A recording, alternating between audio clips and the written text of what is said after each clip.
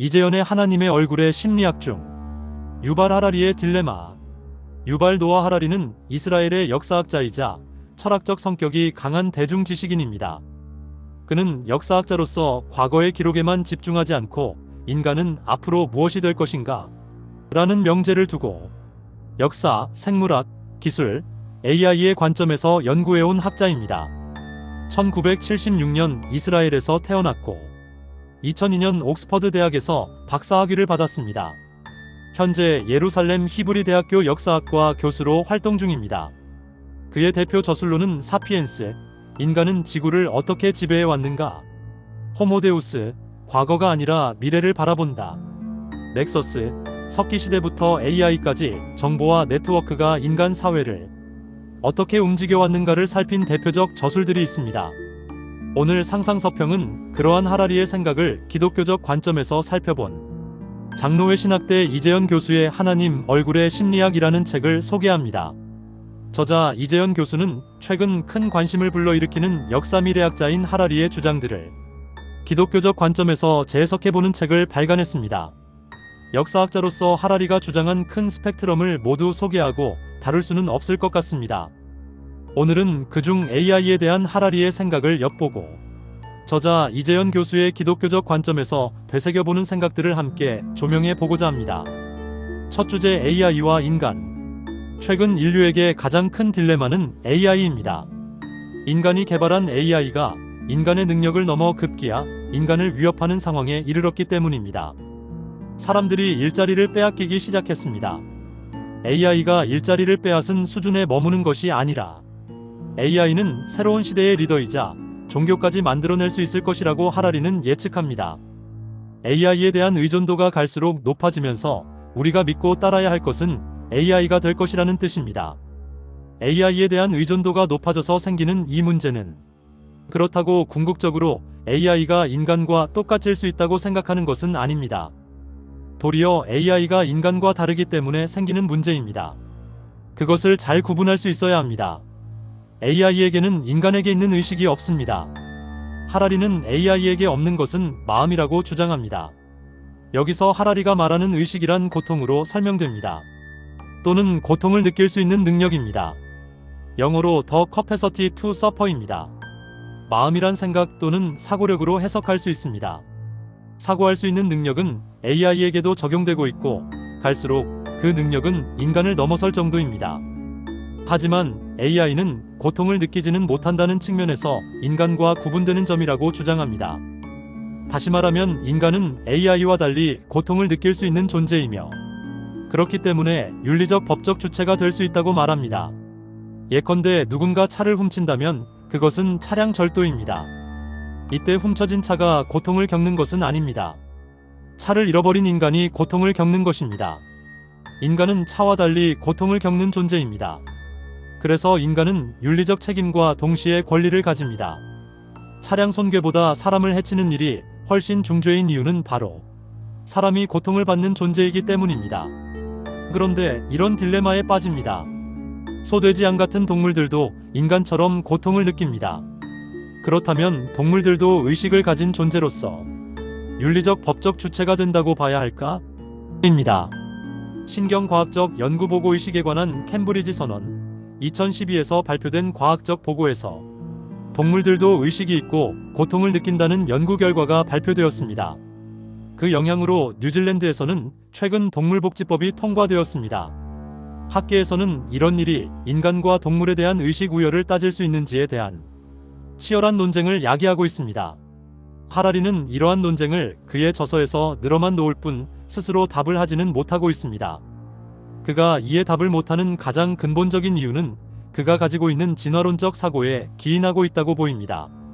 즉, 동물과 인간 사이의 생물학적 연속성을 전제하는 세계관에 기인한다면 인종 간의 평등함을 강조할수록 인간과 다른 동물과의 평등함도 강조할 수밖에 없게 됩니다. 이와 더불어 야기될 수 있는 심각한 문제는 인간에 비해 열등한 종에 대한 생명 경시가 열등하다고 여겨지는 생명에 대한 경시로 이어질 수 있다는 점이 노출됩니다. 이 점은 그의 기본 철학적 배경인 진화론적 관점에 큰 타격을 주는 것입니다. 하라리의 두 번째 딜레마는 심층적으로 그가 기반한 유물론적 세계관에 기인합니다. 하라리의 철학관과 세계관은 유물론적입니다. 유물론적 가치관에 기인한다면 의식의 작용을 단지 신경물리학적 현상으로 보는 그의 과학주의 사고가 바탕이 됩니다. 이때 사고력 측면에서 AI가 인간보다 우월해지리라는 예측을 반박하기 어려워지는 모순점이 나타날 수 있습니다. AI의 마음. 하라리가 인간을 AI와 구분짓는 기준으로 제시한 마음은 주로 생각을 하는 기능을 말합니다. 하지만 마음은 마인드나 사고만이 아니고 하트라는 의미도 갖습니다. 하라리의 주장에서의 마음의 구분점은 사실 감정에 가깝습니다. 고통을 느끼는 것은 사고보다는 감정에 가까운 것입니다. 최근 생화학자들은 감정의 정의를 어떤 유기체가 외부에서 취득한 데이터를 생존에 적합한 방식으로 처리하는 일종의 생화학적 알고리즘이다라고 주장합니다. 두려움이란 감정이 어떻게 우리 안에서 일어나고 작동하는지 신경과학적 관점에서 하라리는 다음과 같이 말합니다. 어떤 사람이 사자를 보면 전기 신호들이 그의 눈에서 뇌로 이동한다. 들어오는 신호들이 특정한 뉴런을 흥분시키고 그 뉴런들이 발화해 더 많은 신호를 내보낸다. 그 신호들은 다시 하류의 다른 뉴런들을 흥분시키고 그 뉴런들이 발화한다. 해당하는 뉴런들이 모두 충분히 빠른 속도로 발화하면 부신이 몸에 아드레날린을 퍼붓고 심장에는 더 빨리 뛰라는 명령을 내린다. 한편 운동 중추의 뉴런들도 발화해서 늘어나고 수축하라고 다리 근육에 신호를 보낸다. 그러면 그 사람은 사자에게서 도망친다. 감정이란 이 같은 무의식적 반사적 알고리즘이라고 볼 수 있습니다. 그러면 이와 같은 알고리즘은 인간만의 특성인가요? 최근 점점 정교해지면서 알고리즘이 AI 로봇들에게서도 나타나고 있습니다. 결국 AI와 유기체 간의 경계성이 모호해지고 있는 것입니다. 하지만 AI와 인간의 차이점은 반사적 알고리즘의 유무보다 그러한 반사적 과정에 대한 자의식이나 반성적 의식을 갖고 있는가에서 찾을 수 있습니다. 유발 하라리는 이런 관점에서 단순한 고통 PAIN을 고통스러워하는 것 서퍼링과 구분합니다. 고통이 고통이라는 감각 자체를 말한다면 고통스러워하는 것은 그런 고통의 경험을 부정적으로 인식해서 그것과 다른 경험을 원하는 고등동물의 의식적 반응입니다. 하라리는 이러한 고통스러워하는 것이 인간을 포함한 고등동물과 AI의 다른 점이라고 주장합니다. 우월한 메타인지 능력. 하라리가 주장하는 고통의 기준으로 AI와 인간을 구분하기에는 또 다른 어려운 기준이 생깁니다. 바로 메타인지 능력입니다. 메타인지 능력이란 소위 딥러닝 디프러닝 기술의 발전이 인공신경망을 보다 깊숙하게 형성하는 방식입니다. 획득한 데이터를 스스로 평가하면서 체계화하는 능력을 고도화하는 AI 기술입니다. 이것은 인간의 뇌의 작동 방식을 AI가 본따는 형태로 발전합니다. 그 결과 알파고가 이세돌을 이기는 결과를 얻어낼 수 있었습니다. 물론 인간과 AI는 접근법에 있어서 차이를 보입니다. 예를 들어 페루에서 세 번째로 큰 산이 이름이 뭐야? 라고 질문한다면 인간은 그런 나라에 대해 내가 알게 뭐야 하고 대답을 피할 수 있습니다. 하지만 AI는 모든 데이터를 동원해서 답을 합니다. AI는 개인적 감정이나 선입견을 배제하고 행동한다는 점에서 인간과 구별됩니다. 그런 면이 인간보다 진화된 뇌의 구조를 보인다고 볼 수도 있습니다. 인간이 어떻게 AI보다 우월한가? 라는 질문에 대해 아직 현대인들은 명쾌한 답을 내리지 못하고 있습니다. 하라리 같은 뛰어난 현대지성이 왜 그런 모순적 상황에 빠져 있을까? 왜 명쾌한 답을 내리지 못하는 것일까? 그 실마리는 앞서도 언급했지만 그가 가지고 있는 세계관적 모순에서 발견할 수 있습니다. 앞서 언급한 진화론적 세계관과 유물론적 사관이 그것입니다. 하라리의 AI와 현대 문명에 대한 견해를 살펴보았습니다. 이 책 하나님의 얼굴의 심리학은 현존하는 세계적 석학이라고 할 수 있는 유발 하라리의 인공지능에 대한 철학적 사유를 터치하고 있습니다.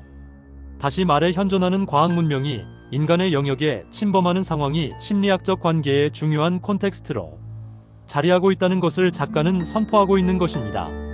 심리학은 과학적 체계와 깊은 연관을 가지고 시작된 학문입니다. 동물적인 작용과 반작용의 원리들, 조건 반사와 무조건 반사와 같은 행동들이 과학 생물학적 관점에서 연구되고 그에 따라서 인간의 다양한 유형과 분석적 가치들을 연구한 학문 분야입니다. 하지만 기독교의 심리학은 이 과학적 심리학의 연구 태도에 질문을 던집니다. 우리가 다루는 과학 중 첨단이라는 AI를 기준으로 과연 현대 심리학은 모든 문제를 무리 없이 설명하고 있는가? 결론은 가볍게 아닙니다 라고 말합니다. 그것은 하라리 자신이 스스로 내포한 역사관과 철학적 기초에서 이미 그 한계가 노출되고 있음을 작가는 주장합니다. 하지만 그럼에도 불구하고 AI의 세계는 무한 성장과 발전을 지속하고 있습니다. 나는 이 책을 읽으면서 우린 왜 AI의 성장을 지켜보고만 있는가? 되묻게 됩니다. AI가 성장하는 것에 발맞추어 AI가 다루지 못하는 영적 세계에 대한 탐구와 감성에 대한 탐구, 나아가 AI가 과학적으로 설명할 수 없는 세계에 대한 건강하고 깊이 있는 탐구는 왜 발전시켜 나가지 못하는가 반문해 봅니다.